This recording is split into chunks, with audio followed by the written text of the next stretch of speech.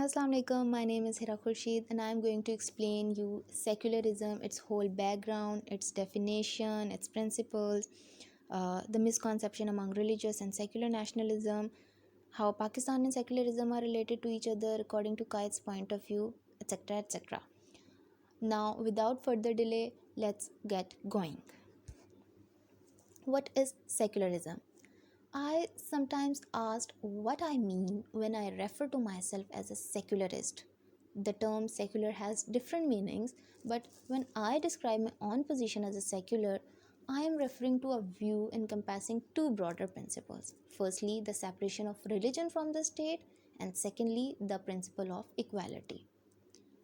In simple words, secularism is a practical concept or an idea about something that is not religious or it is not being biased to any particular religion. Thus, we can say that it is the principle applied by the state to keep religious institutes apart from the state's politics. The origin of secularism. Although secularism is a modern concept, but the ideology was taken out from the ancient philosophers. This term was firstly used by the George Holyoake in 1851. The Charvaka system in India gave rise to this concept that system rejected the narrow domains or narrow religious practices and cleared out the concept of modernization and secularism. In the West, when human thoughts were completely abstracted, the faith and superstitions has taken over and liberalism took place, the concept of secularism was seen.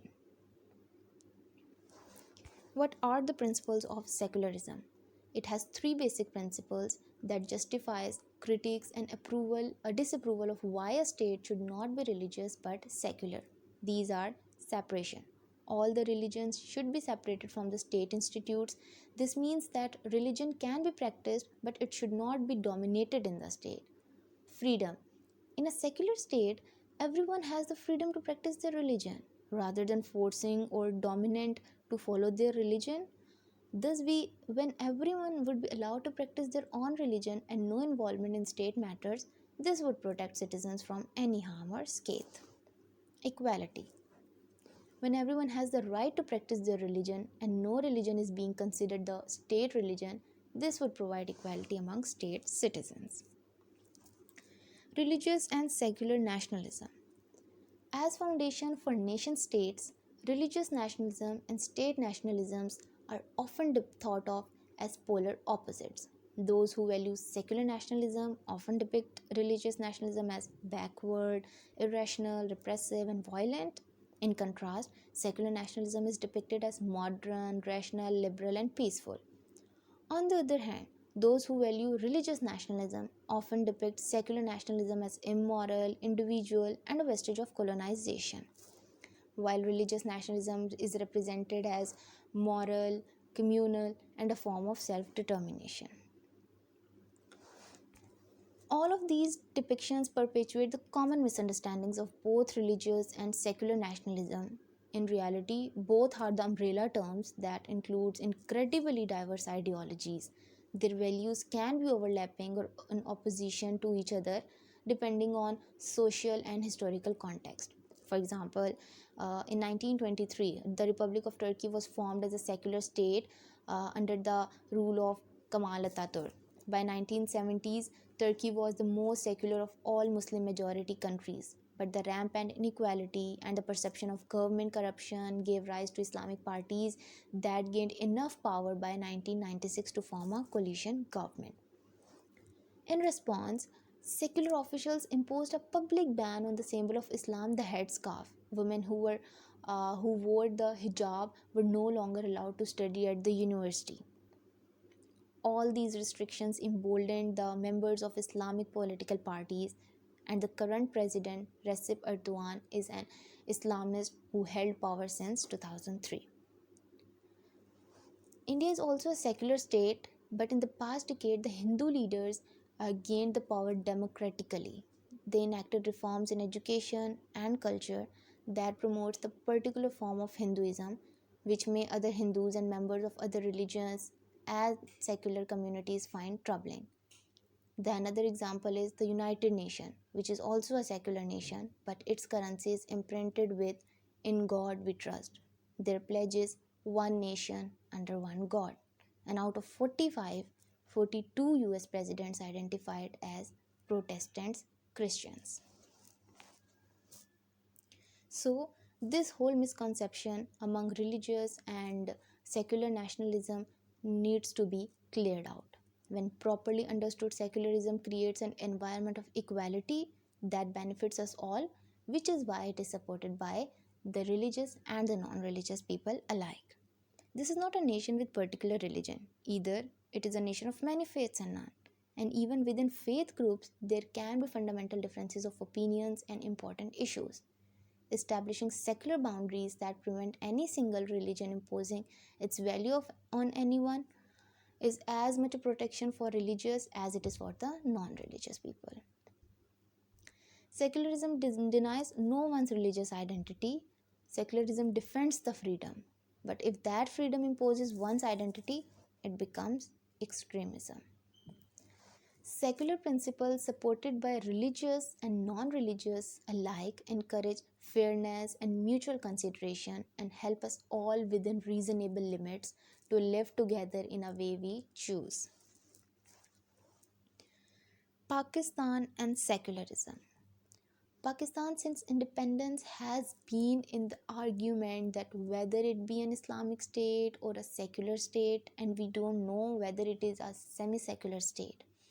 If we talk about its history, in 1956 constitution, the Islam was declared as the state religion, and the name Islamic Republic of Pakistan as the official name for Pakistan.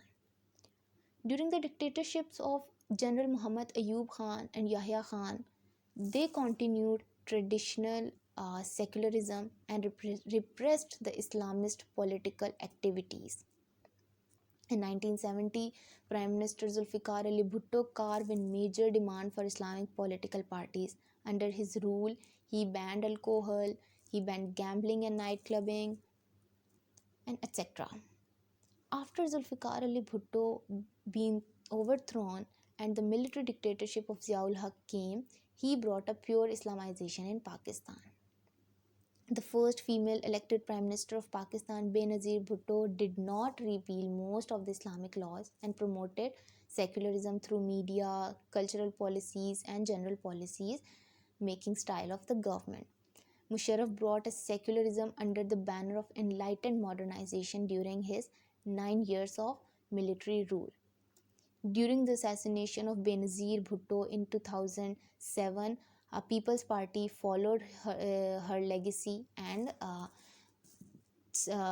followed the secular style of the government. Pakistan still is a semi-secular state, and Islamist and Islamic democratic parties in Pakistan are relatively less influential than democratic Islamists of other Muslim countries. What were the Qaid's point of view on this? There are few quotes that showed Qaid-e-Azam wanted Pakistan to be a secular state. Some of his sayings are, "You are free. You are free to go to your temples, you are free to go to your mosque or to any other place of worship in this state of Pakistan. You may belong to any religion or caste or creed, that has nothing to do with the business of the state." On 14th November Jinnah press conference, he stated that, "I am not fighting for Muslims, believe me when I demanded Pakistan." This clearly shows that Pakistan was not created only on this ideology of a single nation.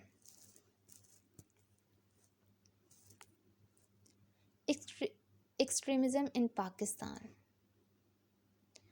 The problem which is eating out the roots of Pakistan is extremism. Religious extremism has taken over the political and cultural realm of Pakistan. Religious triggering violence claimed many lives of innocent people in the past 2 decades. Religious minorities are continuously being threatened. This is not limited to only Muslims but has taken over the Shias. Even within the same sect, there arises violence and disputes among them. Thus, Pakistan is in great war with religion. This has become the source of conflict and insecurity. It is a time to rethink or re-evaluate religion and its role in Pakistan. There is a need of tolerance among religious communities. Jinnah was also in the favor of Muslim majority secular state rather than it being a theocratic state. In order to stabilize and prevent Pakistan from extremism, it would be better to separate religion from the state politics. Thus, religion would be negatively used in politics. Most of the communities in Pakistan does not want it to be secular state at any cost. This misconception needs to be clear out that when liberals or communal demand Pakistan to be secular, they are actually giving a negative sanction to politicization of the religion and its use for power brokerage.